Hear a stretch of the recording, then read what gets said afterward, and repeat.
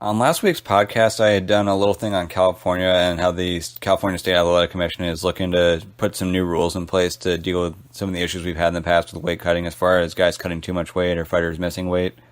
And I had gotten a comment on the clip that I had put out on YouTube on that video that I thought was pretty interesting and worth having its own segment on this episode.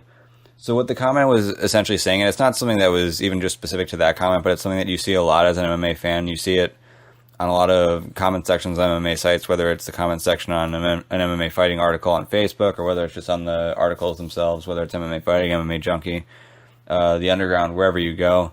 And it's fans saying, and this is partly due to what fighters and coaches and managers say too, where when somebody misses weight, it's just like, well, fuck that guy, they're unprofessional, they should know better, I don't feel sorry for him. And I think there's a bigger picture that isn't really looked at here. So first off, obviously, if you sign on the dotted line to fight at a weight, whatever you sign on the dotted line for in terms of a contract, generally you got to keep your word, and if you're not keeping your word, that's a bad look for you. And obviously, as a fighter, if you're expecting your opponent to come in at a certain weight and they're coming in bigger than you, and you had to go through all the trouble to make weight and they didn't, and then the fight still happens, like that's still, it's a pain in the ass, but it's important to recognize why this is even happening in the first place. Why are fighters missing weight is a big question here. And if you think the answer is, oh, they're just some guys who don't give a shit and they're missing weight, you're off on that. A lot of these guys who are missing weight, like you take advantage, for example, Khabib Nurmagomedov, when he missed weight, it's not because he didn't give a shit or because he didn't care. If Khabib could have weighed in at 155, he would have weighed in at 155, the fight would have happened, and maybe now he'd be in line for a shot against McGregor and have an interim belt on his waist as well. But the thing is that as a fighter, there are a couple things to keep in mind. So first off, if you're in the UFC, if you lose once or twice, that could be it. You don't need to lose 3 straight fights to get kicked out of the UFC, especially at this point under WME when it seems like they're starting to trim the roster and get a little bit tighter in. So if you've got a fight booked, if you lose the fight that you're booked for right now, your next fight could be your last fight in the UFC. If you just lost your last fight and you're booked for a fight in the UFC, this could be your last fight. Really, any fight could be your last fight in the UFC.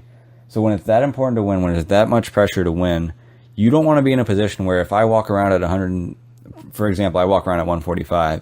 If I walk around at 145 pounds and I want to fight at 135, but the other guy's fighting at 35, walk around at 155, and they're shredded, is it good for me that I'm going to fight them at a 10-pound disadvantage? Why put myself in a disadvantage when maybe the flyweights walk around at 45? Why wouldn't I just fight at 125 if that's where everyone else is? So if you're in a position where your job, your career is dependent on constantly winning, why put yourself at a disadvantage? And if everybody else is cutting a severe amount of weight, you're kind of in a position where it's like either I'm going to stay at 35 in my case and I'm going to fight bigger guys than me, and hopefully I have enough of a technical edge that I can beat them, which in some cases that's the case. Obviously, we've seen with Cerrone, he's a very technical fighter. He's beaten some really big 170-pounders when he's gone up to 170, but sometimes that's not the case. Sometimes you have guys who rely a little bit more on their physical attributes, and they're working on their technique. They're in the gym working on their technique and improving it, but at this point, they're not quite at a point where they're going to dominate with it, so they've kind of got to use their physical attributes and work off of that in the meantime. So to take a fighter like that and say, hey, you've either got to go up a weight class, and especially at 155 where it's a 15-pound difference between 55 and 70, like the difference there, like to go from fighting a guy like Eddie Alvarez to go to fighting a guy like Tyron Woodley, like that's a huge difference. So for these kinds of things, if you need to be competitive and keep your career going, you're going to have to force yourself to sign on a dotted line for a weight class that maybe you don't want to make and you prefer not to have to make. So the fighters are in a tough position there, and I think with California talking about having a 10% limit as far as what you can then weigh back in at, they're really working on making sure that everyone's kind of working within the same range. And if 10% works, 10% works. If they have to move it down to 8% in the future to make it more safe, then so be it. But that's really what they're trying to cover there, and that's why I'm really highly in favor of that. The other aspect is if a fighter doesn't make weight, it's not always because they give up. Now, certainly there are times where fighters, they realize everything that they're dealing with is tough. They'd rather just miss the weight and maybe just kind of have some treats while they're cutting weight as opposed to fighting through it. But in most cases, when guys aren't making weight, they're either at a point where their body is shutting down and their mind is saying, hey, I'm still willing to sit in the sauna for 30 more minutes, or I'm still willing to ride this bike for 30 more minutes, but the body is just too dehydrated and they're just going to pass out. Or I mean, really, that's kind of what it comes down to. I feel like in most cases, it seems to me, especially with Khabib, Khabib was in a case where, or in a position where he was still willing to cut. He was still going to stay in that sauna and keep working to cut the final 6 pounds, but he couldn't do it because his body just gave out on him. His liver gave out on him.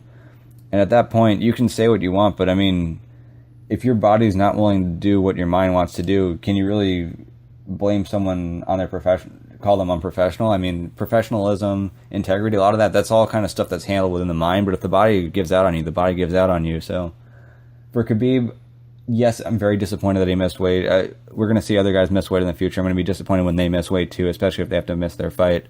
But it's important to understand why they miss weight, and it's important to have a little bit more perspective than to just say, oh, well, they missed weight, they signed on the dotted line, they couldn't do it, fuck them. There are more pressures at play, and hopefully if this California State Athletic Commission thing goes through and guys are forced to fight closer to the normal weight, hopefully people's bodies aren't going to be shutting down as much because they're not having such severe weight cuts, and hopefully people just aren't having to cut so much weight because everyone else in their weight class is going to be relatively similar in size, which is really what's important here.